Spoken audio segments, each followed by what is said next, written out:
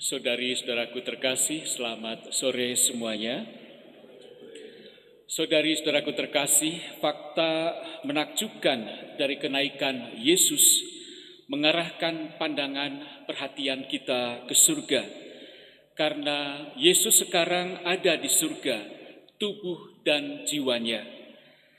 Kita yakin bahwa surga bukan hanya suatu ide atau suatu angan-angan yang bagus, yang indah, bukan juga sebagai sebuah mitos. Ini adalah tempat di mana Yesus hadir. Yesus memasukinya, ada di dalamnya untuk mempersiapkan jalan dan tempat bagi kita. Ada satu kisah, seorang budak Yunani bernama Aesop. Ia terkenal karena kearifannya. Suatu hari dia diperintahkan oleh majikannya untuk pergi ke suatu pemandian umum. Dalam perjalanan dia dihentikan oleh seorang hakim kota, dan hakim kota itu bertanya kepada Aesop, "Kamu mau kemana?" Aesop berpikir bahwa itu bukan urusan hakim ini, dia mau kemana. Lalu dia mengatakan, "Saya tidak tahu." Rupanya jawaban ini oleh hakim dianggap sebagai suatu ketidaksopanan yang dilakukan oleh Aesop. Kemudian hakim itu membawa Aesop ke pengadilan, dan rupanya ada satu tradisi kalau seorang budak yang melakukan ketidaksopanan seperti itu, dia bisa dimasukkan ke penjara tanpa pengadilan. Kemudian sesampai di pengadilan, Pak Hakim dia berkata kepada hakim tersebut, "Pak Hakim, ketika saya memberitahu Anda, saya tidak tahu kemana saya akan pergi, saya mengatakan sesuatu yang sebenarnya. Sedikit yang saya pikirkan bahwa saya sedang dalam perjalanan ke penjara. Anda tahu, memang benar bahwa kita tidak pernah benar-benar tahu kemana kita akan pergi." Saudari-saudaraku yang terkasih, menghadapi penjelasan ini, hakim tidak punya pilihan selain membebaskan Aesop. Dan kisah ini menggambarkan ketidakpastian mutlak umat manusia sebelum kekristenan hadir di dunia ini tentang apa yang terjadi setelah kematian. Mereka tidak tahu kemana arah hidup mereka.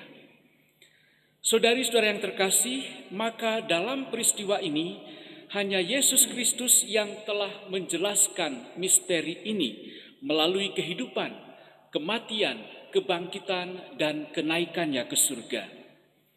Kenaikan Kristus menandai pintu masuk yang pasti dari kemanusiaan Yesus ke dalam wilayah surgawi Tuhan. Yesus Kristus, Kepala Gereja, mendahului kita ke dalam kerajaan Bapa yang mulia, sehingga kita para anggota tubuhnya dapat hidup dengan harapan suatu hari nanti dapat bersama-sama dengan Dia untuk selamanya dalam kehidupan kekal. Paus Fransiskus pernah mengatakan demikian, kenaikan Yesus ke surga tidak menunjukkan ketidakhadiran Yesus, tetapi memberitahu kita bahwa Dia hidup di tengah-tengah kita dengan cara yang baru. Dia sekarang hadir di setiap ruang dan waktu, dekat dengan kita masing-masing. Dalam hidup kita tidak pernah sendiri. Kita memiliki penolong yang menunggu kita, yang membela kita. Kristus tidak meninggalkan kita, tetapi untuk menjadi pengharapan kita.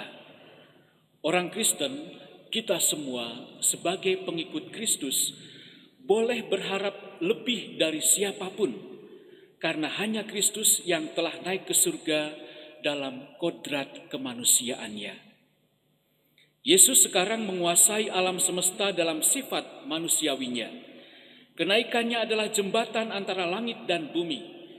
Kita tidak ditinggalkan, kita dijamin mendapatkan tempat di rumah Bapa, karena Yesus telah menyiapkannya untuk kita masing-masing. Mereka yang mati dalam persahabatan dengan Kristus tidak akan melebur ke dalam kehampaan, tidak akan kehilangan kemanusiaannya. Kita akan mengalami sepenuhnya hidup di dalam kekekalan. Yesus berjanji bahwa Ia akan mengirimkan Roh Kudus untuk menyertai para murid atau umat-Nya. Melalui roh yang lembut inilah kita melihat kehadiran Yesus. Dan disinilah kita menerima penghiburan dan kebijaksanaan untuk mempersiapkan bagi kita tujuan kepada hidup yang kekal. Maka saudari-saudaraku yang terkasih, pada hari kenaikan Kristus ini, Kristus mengutus kita ke dunia saat ini untuk menjadi saksinya, sama seperti ketika Dia mengutus para rasulnya 2000 tahun yang lalu untuk menjadi saksinya. Maka kita pun harus menjadi saksi bagi Kristus untuk berbagi tidak hanya sifat kemanusiaannya, tetapi juga sifat keilahiannya. Kita masing-masing dipanggil untuk memberikan kesaksian melalui ketulusan, kesetiaan, cinta kasih, sampai misi ini menjadi prioritas utama atau tertinggi di dalam kehidupan kita. Kita diciptakan untuk hidup dalam persahabatan dengan Tuhan, dan itu berarti berbagi di dalam pekerjaan-pekerjaan Tuhan. Kita tidak dapat menjadi saksi Kristus yang efektif kecuali kita tetap dekat dengan Kristus sebagai bukti bahwa kita mengenal Kristus secara utuh. Kita membutuhkan kekuatan ilahinya untuk memenuhi misi ilahi kita di dunia ini. Tuhan menuntut kesetiaan kita pada kehendak-Nya. Bahkan ketika itu menuntut pengorbanan dan terkadang mengharuskan kita untuk mengubah rencana-rencana yang ada di dalam kehidupan kita. Semoga dengan kesetiaan itu kita dapat memetik manfaatnya hidup di dalam kekekalan bersama Yesus. Saudari-saudaraku yang terkasih, hari ini kita merayakan kenaikan Tuhan Yesus. Di hari yang sama, saudari-saudara kita juga merayakan Hari Raya Idul Fitri. Saya kira ini bukan suatu kebetulan. Dalam peristiwa agung ini, kita diajak untuk menjadi manusia cinta, untuk menghadirkan kesaksian Yesus di dalam kehidupan kita, yaitu untuk saling mendukung, saling menghormati, saling menghargai di dalam kehidupan kita bersama sebagai umat manusia, sebagai penghuni dunia ini. Kita semua diajak untuk bergandengan tangan, menghadirkan kasih-Nya, menghadirkan persaudaraan, supaya kehidupan dunia ini sungguh dipenuhi oleh cinta Tuhan sendiri. Mari saudari-saudaraku terkasih, dalam perjamuan kudus ini kita hadirkan kembali komitmen kita akan karya misi perutusan kita sebagai saksi-saksi Kristus. Kita hadir dalam keluarga kita sebagai suami, sebagai istri, sebagai orang tua, ayah, ibu, juga sebagai anak.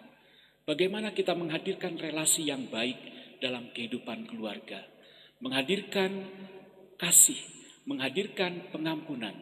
Bagaimana kita hadir di tengah-tengah masyarakat dan komunitas kita juga untuk saling menghargai satu sama lain. Maka dengan cara itulah kita boleh menjadi saksi-saksi Kristus, kita boleh mewartakan kebaikan dan cinta Tuhan bagi setiap orang. Tuhan memberkati.